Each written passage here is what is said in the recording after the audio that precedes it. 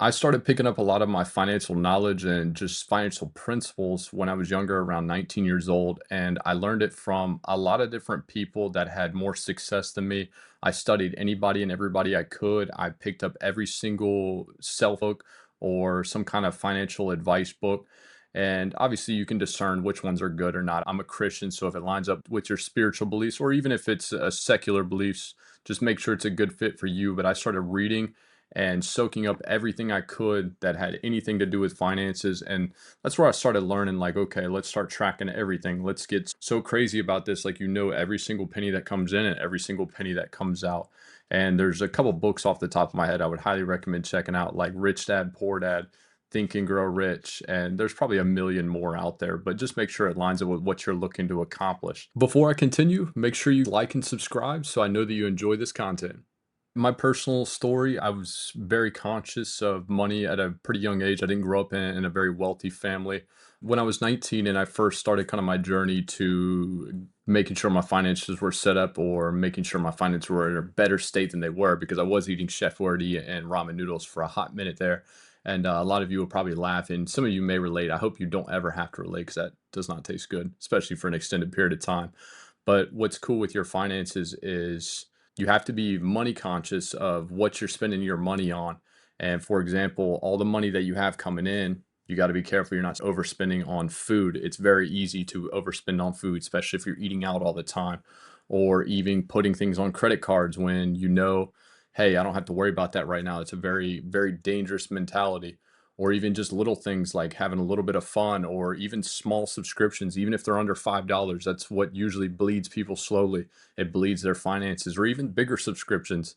There's so many out there, and there's so many easy ways to get you in a subscription now with free trials. So you have to be very conscious where you're putting your money and where it's going out. So that's why when I say get a little journal and note everything, whether it's a small subscription, I don't even care if you pay 50 cents for a piece of gum, or even if you spend $2 on gas for your motorcycle like mine. Literally write every single one down, and after so long, you'll be okay. Hey, I got all this money coming out. And yes, of course, after a while, you're going to become conscious of what's coming in and what's going out, and you'll probably have extra, and you'll be like, oh, this feels good. I have extra. But there's one principle that I was taught at a very young age, and it's called delayed gratification. I know a lot of people they want this instant, hey, I want to go get this. I've deserved this. I've done a little bit of good. I deserve to go buy this watch or this necklace or this car, whatever. Just be very careful when you delay that in your finances. You're able to set yourself up better from a long-term standpoint, and not hurt yourself in the short term. For example, let's say you want this car and this car is $30,000. Well, there's a point at which you could buy it right now, and certainly most people could probably go finance a $30,000 car, and they're going to have this huge payment, probably $600 to $1,000 payment. What if instead of taking that $30,000 of debt that now you have, you can instead take maybe 10 grand, 15 grand, buy a used car that's maybe a little bit older, maybe a certified pre-owned, and not have as extreme of a payment. And now you have extra cash to maybe go start a business, or maybe put into some stocks. Who knows? You can do whatever you want with that cash, and it gives you a little bit more freedom instead of trying to keep up with the Jones and self-gratify yourself and go buy that fancy new car. Because that's a really, really dangerous place to be when you start trying to keep up with everybody else. When you can take your money on the front end and you can put it to a very good use to make more income on the back end. And then let's say 3 years down the road, you got 30,000 in cash, and it's like, okay, that car, well, instead of going and getting a loan, now I can pay it in cash.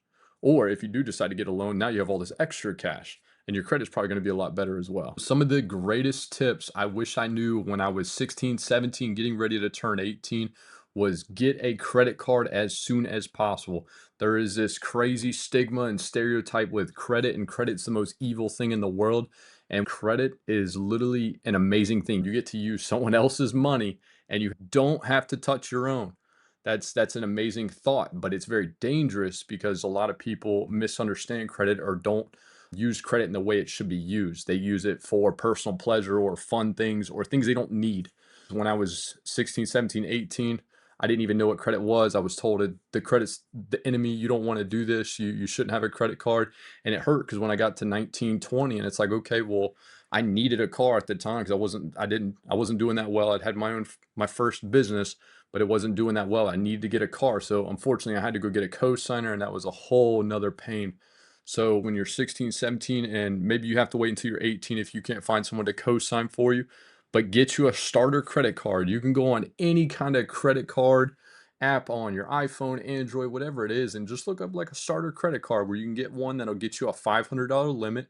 And all you're going to do, simplest thing ever, is don't spend more than 10% of your limit. So if you have $500, what is 10% of 500? 50, right?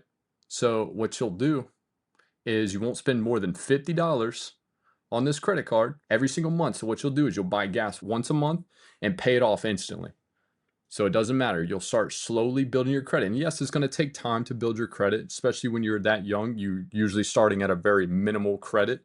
So they may give you $500, they may give you $1,000 as your first kind of like allowance per month. That's how much they might give you. And then from there, you can start building slowly and slowly. And then you can add in a second credit card. Maybe you go get a credit card that's a daily spender where they give you maybe a bigger limit, maybe $3,000, $5,000, or even $10,000. And maybe it has some cash back rewards where every time you spend on it, as long as you stay in that less than 30%, and it's better if you can stay less than 10% usage of your total limit. You spend daily on that, so then you're building cash back, and who knows, maybe after a month you have 50 bucks on there, or you have 100 bucks on there and cash back, and you can go spoil yourself with a nice dinner or whatever that may be. So get a credit card as soon as possible, but keep it very minimal. Use only the smallest purchases just to make sure you're using it on a monthly basis, and pay it off immediately. Pay it off before the due date or on the due date every single month. Never let that charge, that APR, because at the end of the day, that if that APR charges every single month, if you don't pay it by your due date, it will be a derogatory mark on your credit, so it won't look good. With some of my cashback cards, I'm not like an insane guru on this. I started super simple. I just wanted an opportunity. Like, I knew if I was going to spend money, I wanted to be like, okay, well, I want a little bit of residuals back on it for my business. For example, every time I fly, or every time I get a hotel, or if I get dinner or buying gas, whatever, I just wanted to know, like, hey, I can get some money back, because I had heard about cashback. And I was so new to this at the time. I was like, what the heck is all this? I have no idea. There's this card, that card, this card. And what's cool is there's so many apps out there where you can literally Google, or you can just chat GPT it nowadays, the best cashback cards. And it'll usually tell you, like, hey, if you've got a credit limit between 650 and 750, we'll give you a $1,000 limit on a cashback card.